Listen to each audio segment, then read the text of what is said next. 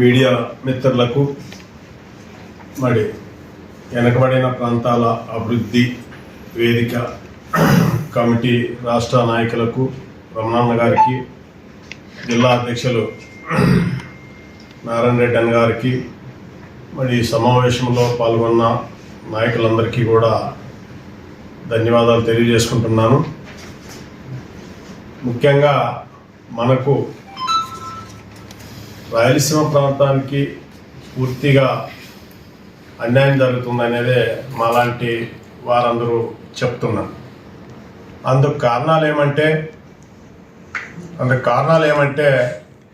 1999 నుంచి తీసుకుంటే చంద్రబాబు నాయుడు పరిపాలించాడు అక్కడి నుంచి.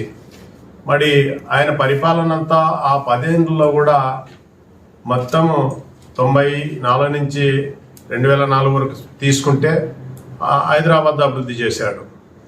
హైదరాబాదు బడ్జెట్ అంతా అక్కడే అప్పులు తీసుకొచ్చారు, అంతా అక్కడే అభివృద్ధి చేశారు. మరి మళ్ళా మనకు రాష్ట్రం విడిపోయిన తర్వాత రాజశేఖర రెడ్డి 2004లో రావడం జరిగింది. మళ్ళీ 2004 నుంచి చూస్తే 2010-11 వరకు చూస్తే కొంత రాజశేఖర రెడ్డి గారి నాయకత్వంలోనే రాయలసీమకి కొంత మేలు జరిగిందనేది ఇక్కడున్న మేధావులు కానీ ప్రజలు కానీ అందరూ భావిస్తున్నాం. ఎందుకంటే ఆనాడు ఎన్టీ రామారావు గారు మరి 1985లో ఆంధ్రనివా కాలువ రూపకల్పన చేశాడు. అయితే దాన్ని రూపకల్పన చేశారు కానీ ₹1 ఖర్చు పెట్టడం మీద అప్పటి నుంచి. మరి చంద్రబాబు నాయుడు గారు 10 సంవత్సరాలు అక్కడ 2004 వరకు ముఖ్యమంత్రిగా ఉన్నప్పటికీ కూడా ఎక్కడే కానీ ఒక తట్టెడు మన్నా ఎత్తేసిన పాపాన లేదు. మరి అదేవిధంగా రాజశేఖర రెడ్డి వచ్చిన తర్వాతనే జీడిపల్లి రిజర్వాయర్ వరకు ఆంధ్రనివా కాలువకి బడ్జెట్ కేటాయించి అతి వేగంగా పనులు చేసి నీళ్లు రావడం జరిగినది.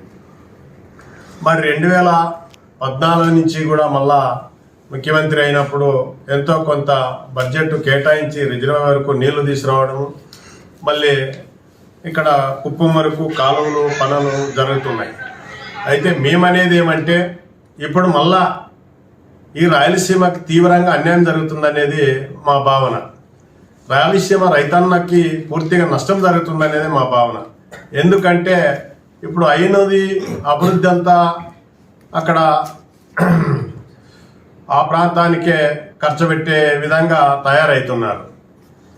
ఆ రాజధాని పేరు మీద బడ్జెట్ అంతా అక్కడే, తెచ్చిన అప్పులన్నీ అక్కడే. మరి ఇక్కడ రాయలసీమలో నీళ్ళు వచ్చి 12 సంవత్సరాలు అయినప్పటికీ 1 ఎకరాకు కూడా రైతులకు నీళ్లు ఇవ్వకపోవడము ఎంత దారుణమో ఒకసారి ఇప్పుడు రాష్ట్ర ప్రభుత్వం ఆలోచించాలి. ఎందుకంటే రైతన్నలకు ప్రతి మండలానికి 8,000 ఎకరాల నుంచి దాదాపు 15,000 ఎకరాలు ఇక్కడ ఉమ్మడి జిల్లాల్లో అన్ని మండలాలకి సాగునీరుంది.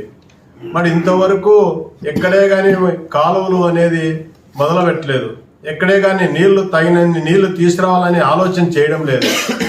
మరి రాయలసీమకు వచ్చేదానికి బడ్జెట్ ఎక్కడుందని చెప్తారు కానీ వేరే ప్రాంతం అభివృద్ధి చేయాలన్నప్పుడు మాత్రము వేల కోట్లు లక్షల కోట్లు అప్పులు తీసుకొచ్చి అక్కడ ఆ ప్రాంతాన్ని అభివృద్ధి చేస్తున్నారు.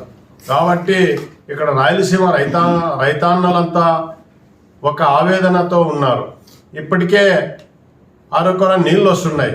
మరి ఆ నీళ్లు కూడా ఇక్కడ ఆ కాలువ కింద కొంత బోర్లు వేసుకొని అరితడి పంటలు పండిస్తున్నారు. మరి ఆ అరితడి పంటలు కూడా లేకుండా చేయడానికి ఇప్పుడు మళ్ళీ ఒక కొత్త నాటకం వేస్తున్నారు రాజకీయ నాయకులు, ఇప్పుడున్న పాలకులు. మరి ఆ కాలువలు బెడ్డింగ్ వేసి కాలువలన్నీ పూర్తిగా ఎక్కడెక్కడవి ప్లాస్టింగ్ చేసి పారేస్తే ఒక్క చుక్కు నీరు భూమిలోకి పోయే అవకాశం లేదు. మరి నీళ్లు పోకున్నప్పుడు ఎన్ని బోర్లు ఎండిపోతాయో ఒకసారి ఆలోచించాలి ఇప్పుడు ప్రభుత్వం. కాబట్టి మేము పూర్తిగా దాన్ని వ్యతిరేకిస్తున్నాము. దాన్ని ఇప్పటికే కాంట్రాక్ట్లు రద్దు చేసుకోవాలి. మరి మాకు నీళ్లు కూడా ఇప్పుడు వస్తున్న నీళ్లు విస్తరణ కాలువలు పెంచాలి. ఎందుకంటే ఇక నీళ్లు వచ్చినప్పుడల్లా వరద వచ్చినప్పుడల్లా సముద్రం పాలవుతున్నాయి. అరే 12 సంవత్సరాలు నీళ్ళు వచ్చినా 1 ఎకరాకు కూడా నీళ్లు ఇవ్వలేకపోతున్నారు. మరి పిల్లి కాలువలకి నీళ్లు తీసుకురావాలా, పిల్లి కాలువలు బడ్జెట్ కేటాయించాలా, ఆ కాలువలన్నీ పూర్తి చేయాలా, మరి మెట్టి ప్రాంతాలకు నీళ్ళు ఇవ్వాలా. మరి అదేవిధంగా ఆంధ్రుడి కాలువ కూడా విస్తరణ పెంచాలా. విస్తరణ పెంచి ఒక 10,000 పుష్కిల్ నీళ్లు రోజుకి వచ్చే విధంగా తయారైతే మాకు ఇక్కడ ఒక 60 TMC నీళ్లు తీసుకురావడానికి అవకాశం ఉంది. కాబట్టి ఇక్కడ ఉన్న చెరువులన్నీ పొడికలు దివాలా.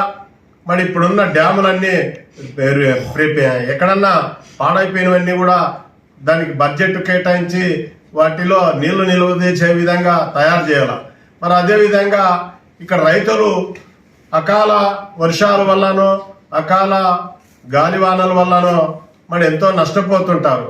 ఆ రైతులకు ఇప్పుడు నిన్న కాక మనం చూసాం, రైతులు కొన్ని మండలాల్లో సర్వనాశనం అయిపోయినాయి అరటి చెట్లన్నీ. మరి ఆ రైతులు ఎంత ఆవేదన చెందుతున్నారంటే చాలా మంది రైతులు బతకాలా వద్దా అనే విధంగా తయారవుతున్నారు. కాబట్టి ప్రభుత్వం భరోసా కల్పించాలా.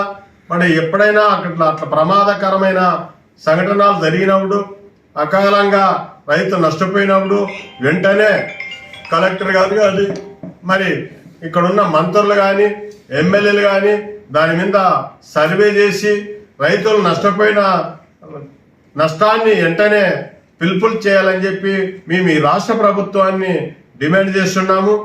మరి రాబోయే రోజుల్లో కూడా ఈ సాగునీటి ప్రాజెక్టుల పైన ప్రత్యేకమైన దృష్టి పెట్టి తగినంత బడ్జెట్ తీసుకొచ్చి మరి ఇక్కడ ఈ వెనుకబడిన ప్రాంతం అనే పేరు తొలగించాలని చెప్పి మేము ఇప్పుడు కోరుతున్నాము. దానికోసమే మరొక ఉద్యమం స్టార్ట్ చేస్తున్నారు. మన ఆ ఉద్యమంలో కూడా మేము కూడా భాగస్వాములు అవుతున్నాము. ఎందుకంటే ఇంతకుముందు ప్రజారక్షణ సమితి తరపున అనేక ఉద్యమాల పోరాటాలు చేశాం. మరి ఇప్పుడు కూడా దాంట్లో భాగస్వాములై దాంట్లో కూడా మేము మా పాత్ర ఎక్కువగా ఉండేటట్ల ముందుకు నడుస్తామని చెప్పి తెలియజేస్తూ మరి జిల్లా ఉపాధ్యక్షులుగా తీసుకున్నందుకు రాష్ట్ర కమిటీకి ప్రత్యేక ధన్యవాదాలు తెలియజేసుకుంటున్నాను మేము.